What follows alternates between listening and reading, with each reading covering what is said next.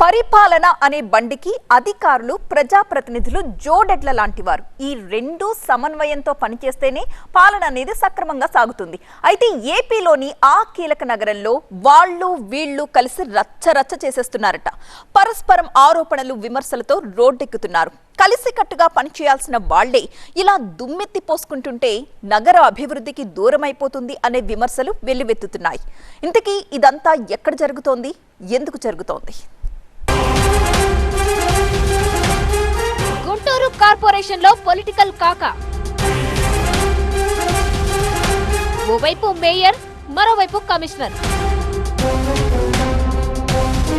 Officers versus MLAs. Council సమావేశంలో రచ్చ. గుంటూరు మిర్చి ఎంత ఘాటో అక్కడి రాజకీయాలు కూడా అంతే రచ్చ రేపుతాయి. ఒక రకంగా చెప్పాలంటే గుంటూరు ప్రస్తావన లేకుండా రాష్ట్ర రాజకీయాల్లో సంచలనాలను ప్రస్తావించలేం.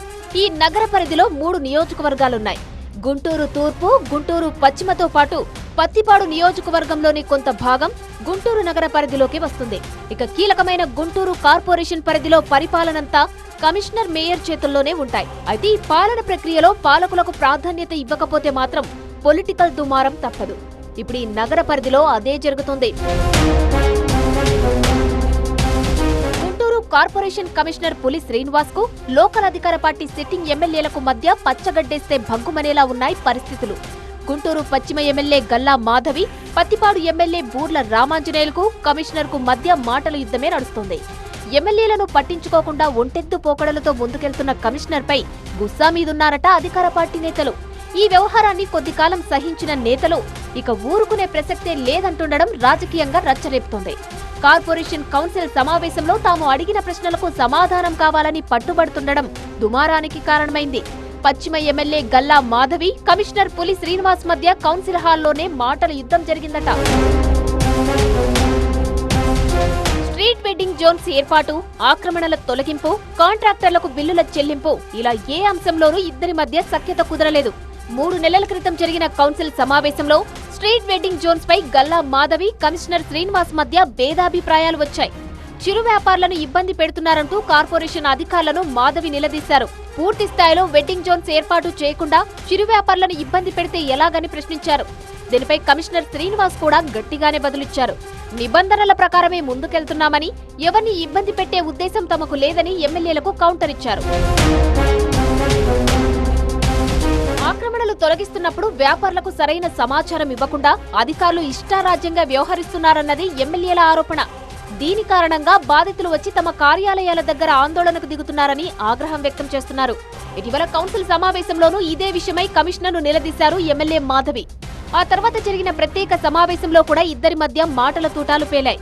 కాంట్రాక్టర్లకు బిల్లులు చెల్లించడంలో తీవ్ర జాప్యం చేస్తున్నారని, దీంతో అభివృద్ధి ఎక్కడివక్కడే ఆగిపోతున్నాయని ఎమ్మెల్యే మండిపడ్డారట. 100 కోట్ల రూపాయల విలువైన పనులు జరుగుతుంటే కనీసం 2 కోట్ల రూపాయల బిల్లులు కూడా క్లియర్ చేయలేదంటూ ఆగ్రహం వ్యక్తం చేశారట. మాధవికి మరో ఎమ్మెల్యే బూర్ల రామాంజనేయులు కూడా వంత పాడడంతో రచ్చ మరింత వేడెక్కింది. తమ నియోజకవర్గం పరిధిలో జరుగుతున్న పనుల్లో తీవ్ర జాప్యం జరుగుతోందని ఆరోపణలు గుప్పించారు ఎమ్మెల్యేలు. దీనిపై వివరణ ఇచ్చిన కమిషనర్ ఎవరో చెప్పిన మాటలు విని ఇక్కడ మాట్లాడొద్దంటూ కాస్త ఘాటుగానే స్పందించారట.